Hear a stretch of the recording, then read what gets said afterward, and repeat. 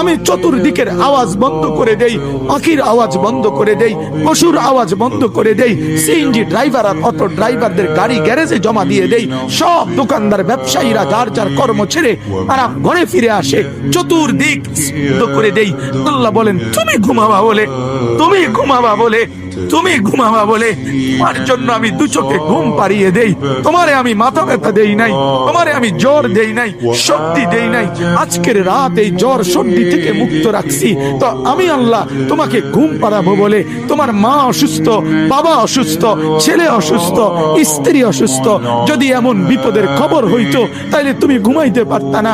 যদি তোমার পায়ে ব্যথা হইতো, আমি 2 মাস বহু রাতকে রাত আরামসে ঘুমাইতে পারি নাই, আমার পা ভেঙে গেছিল, আমি রাতকে রাত অঝরে কাঁদতাম, আল্লাহ তুমি আমার শিফা করে দাও, সুস্থ করে দাও। তাহলে আমার বন্ধু আল্লাহ বলে বান্দা তুমি ঘুমাবার জন্য আমি রাত বানালাম, আওয়াজ স্তব্ধ করলাম, দু চোখে ঘুম পাড়িয়ে দিলাম। তুমি দেখো না বান্দা, চতুর্দিকে খাট পাওয়া যায় বাজারে, আলম পাওয়া যায়, লেফ পাওয়া যায়, তোষক পাওয়া যায়, সব তো বাজারে পাওয়া যায়, কিন্তু 2 চোখের ঘুম তো বাজারে পাওয়া যায় না।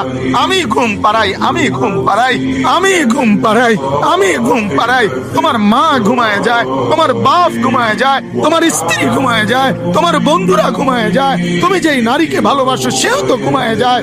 আমি আল্লাহ আমি জেগে থাকি।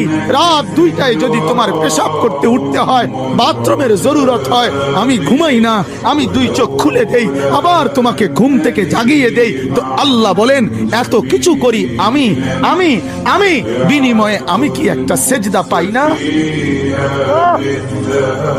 এই নাফরমান সন্তান, এই মুসলমানের ছেলেরা যারা ঢুকছো এখন, বলো তুমি মুসলমানের বাচ্চা কিনা?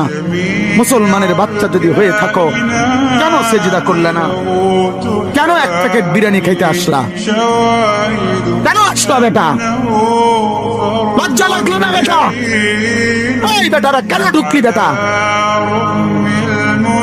নির্লজ্জরা ঢুকলি কেন?